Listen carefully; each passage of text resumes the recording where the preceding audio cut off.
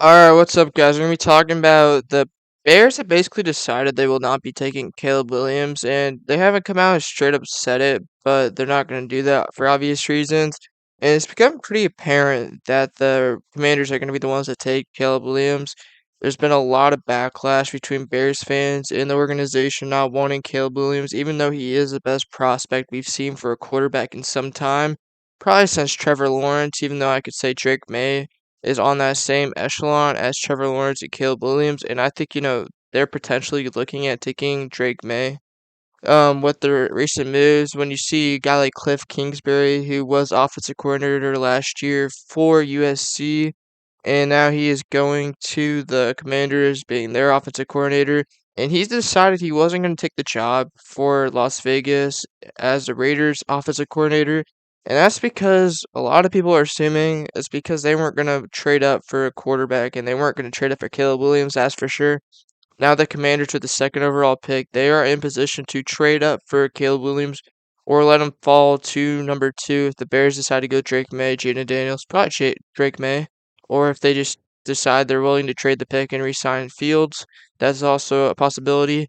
But man, the Bears are making a huge mistake if they pass up on Caleb Williams. He's the most surefire prospect we've seen in years at the position. And man, like when you just watch the tape, yeah, it pops. I can understand why some teams would be concerned about his play, considering he doesn't really run a offense that's built for the NFL. When you look at a lot of his plays at USC, it was some extending plays for quite a bit of time, getting out of the pocket and just trying to make a crazy play downfield. He also has a run ability, not as short as a guy like Bryce Young, so he definitely has the height to make it work. He's not super tall, he's not 6'4" or 6'5" like Drake May is almost 6'5". He's 6'4" or something, but basically 6'5" in cleats. He is for sure, my favorite quarterback in the draft other than Caleb Williams, and I think a lot of other people, but it's really quite clear that Caleb Williams doesn't even want to play for the Bears, and that's a lot of reports coming out. A lot of them have been fake reports, but a lot of them have had some truth to them.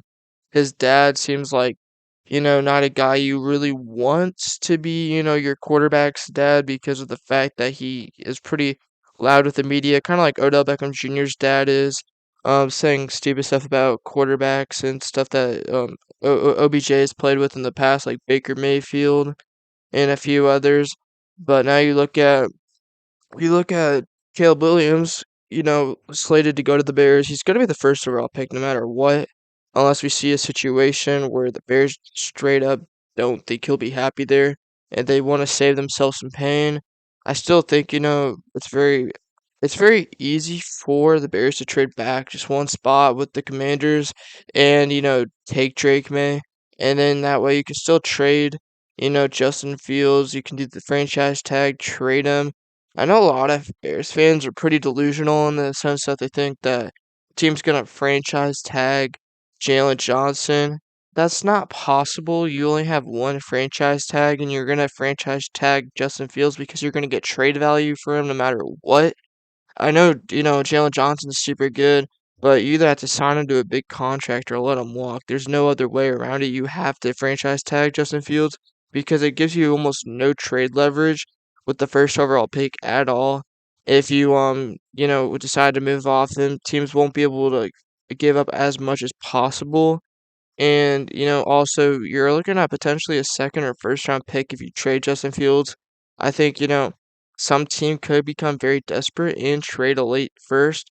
Or, I mean, especially with the way Michael Penix Jr. and Bo Nix just were awful at the Senior Bowl.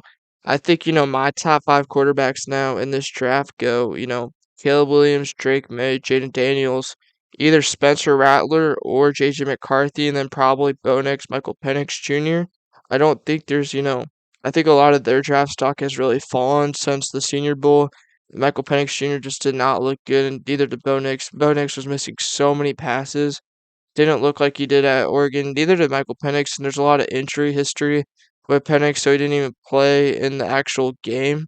And I know a lot of players didn't, like, I don't think Roman Wilson did, and a few others didn't either because they just had good, Senior Bowls. practices and stuff, but I don't know, man. I don't think Michael Penix Jr. or Bo Nix will be drafted in the first round now unless the team gets really eager. I'd be much more like, I think a team like the Saints or the Falcons will take Spencer Rattler or JJ McCarthy. I think, this is still a draft where we could see five quarterbacks go in the first round, but it'd be like very unlikely now that I think that Bo Nix or Michael Penix Jr. would go unless they have a really good pro day combine or anything else that can elevate their stock. But other than that, I think it's going to take potentially if JJ McCarthy does not have a good combine or pro day and doesn't have good private workouts with the teams, then you're going to see him fall out of the first round. Spencer Rattler definitely looked really good at the Senior Bowl. Practices looked great. He looked like the best quarterback out there. And we do know that Spencer Rattler has the talent. And we know that, he hasn't, been what he could have been at times for Oklahoma. Obviously, got basically debunked from the starting spot and replaced with Caleb Williams, who is going to be the first overall pick in this draft. So you can't really say, like, hey, that's just, he got beat by a true freshman who sucked. No, he got beat by Caleb Williams, who's going to be the first pick in this draft. So I think, there's a lot to like there.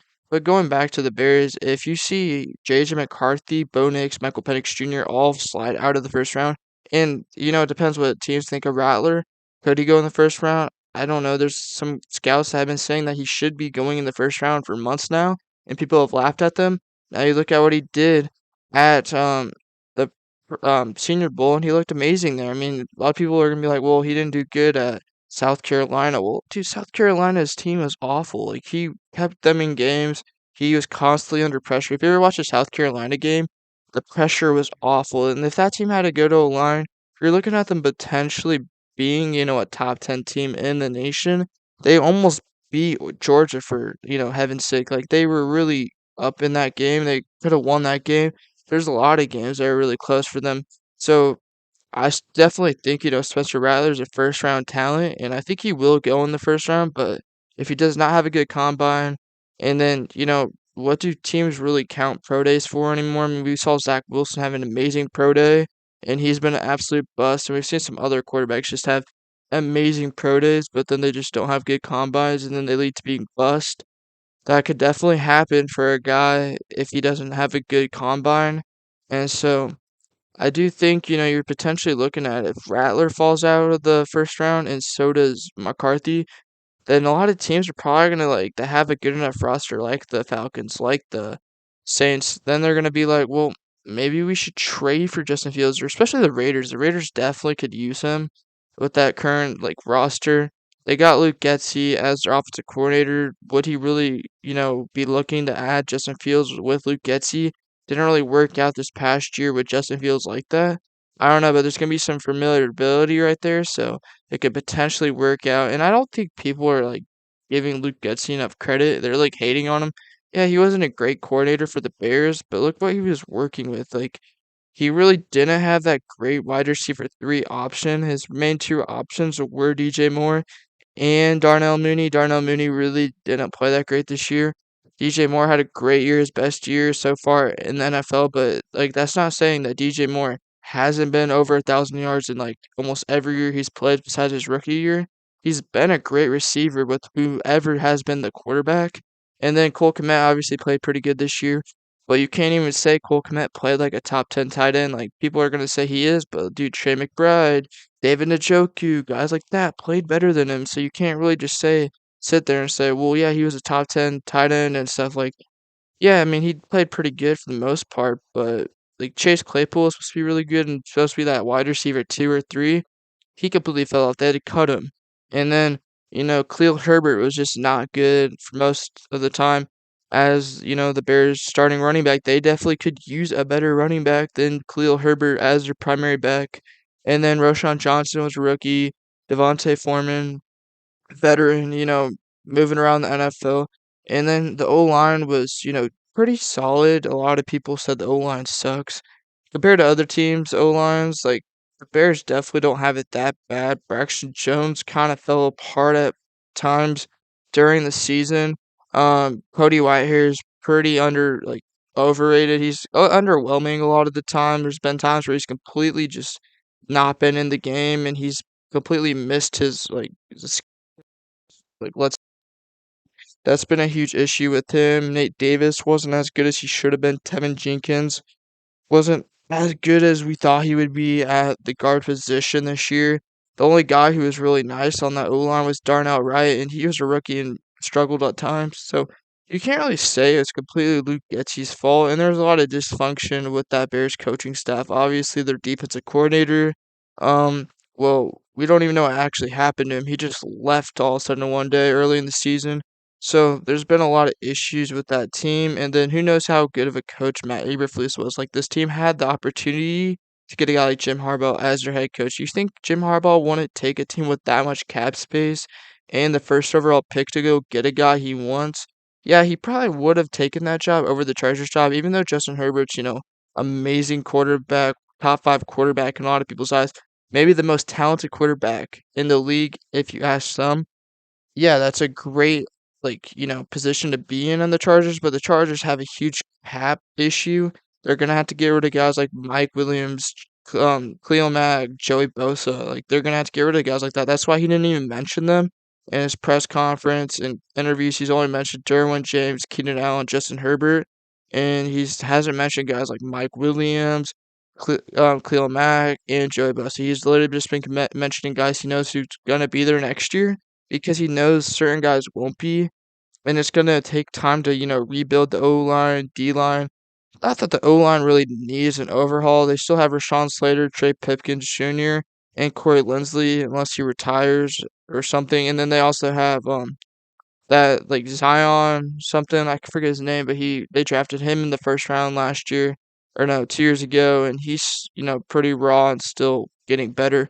So there's a lot to like about that Chargers job, but a team like the Bears, you could have got Jim Harbaugh, could have got your franchise quarterback, could have got offensive coordinator figured out somewhere, and you know, big thing about Jim Harbaugh is he creates great defensive lines, great O lines, and the biggest issue right now in the NFL for a lot of teams is the D line because they can't stop the run. Look at the Cowboys, for example. That team could have been way better if they could stop the run. There's lots of teams who can't stop the run, even like the 49ers right now, they can barely stop the run. There's teams that just can't stop the run, and that gives a huge edge to teams in the NFL in the current landscape.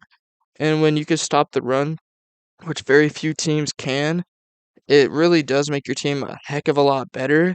And now you're seeing, him go to the Chargers where he could do that thing, and their biggest issue is stopping the run and then also running the ball. You know, you could definitely see them with a good quarterback like Justin Herbert, who he's going to ask to do less now than he has in the past.